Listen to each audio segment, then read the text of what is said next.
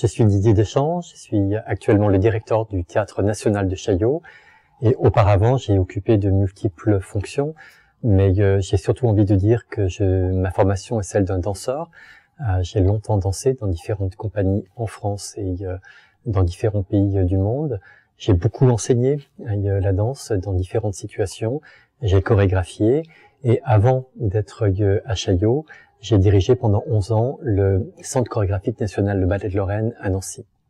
Ça fait très longtemps que je suis les créations, le travail d'un certain nombre de chorégraphes.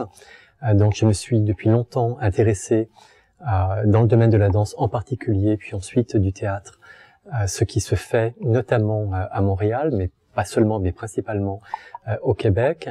Et je dois dire que avec le Ballet de Lorraine, j'ai eu l'occasion d'inviter des chorégraphes québécois, de me rendre plusieurs fois au Québec et de voir une vitalité absolument formidable, qui d'ailleurs est assez intéressante à souligner dans le fait où un certain nombre de grandes figures de la danse québécoise sont apparues au même moment où l'on a parlé en France d'une nouvelle vague chorégraphique française.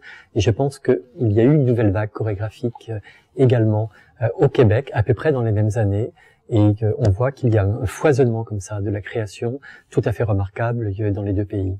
Pour préparer la saison que nous avons commencée avec Paul-André Fortier, j'ai eu envie d'inviter ici un certain nombre d'artistes très différents d'ailleurs, puisqu'il y en a qui sont dans le domaine du théâtre comme Wajdi Mouawad ou Mani Souleymandou, d'autres strictement dans le domaine de la danse comme Ginette Lorrain, ou d'autres qui sont encore ailleurs comme La Scaphandrière, qui ont des propositions plus en direction du jeune public, ou encore les Lemieux Pilon, qui travaillent les arts de la scène, mais en lien très fortement avec les nouvelles technologies, avec l'image.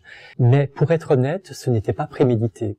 C'est une fois, après les avoir invités, que je me suis rendu compte qu'il y avait une présence très forte d'artistes québécois dans la programmation et que du coup, on en a profité pour le mettre en valeur et définir cette ligne québécoise au cours de la saison. On est déjà en train de travailler sur au moins 4 spectacles pour la saison 13-14 et on commence seulement le travail pour arrêter la programmation de cette saison à venir.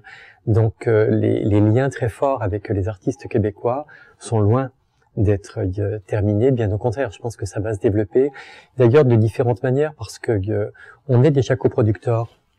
Par exemple, de Chaos de Ginette Lorrain, il en sera avec d'autres grands artistes.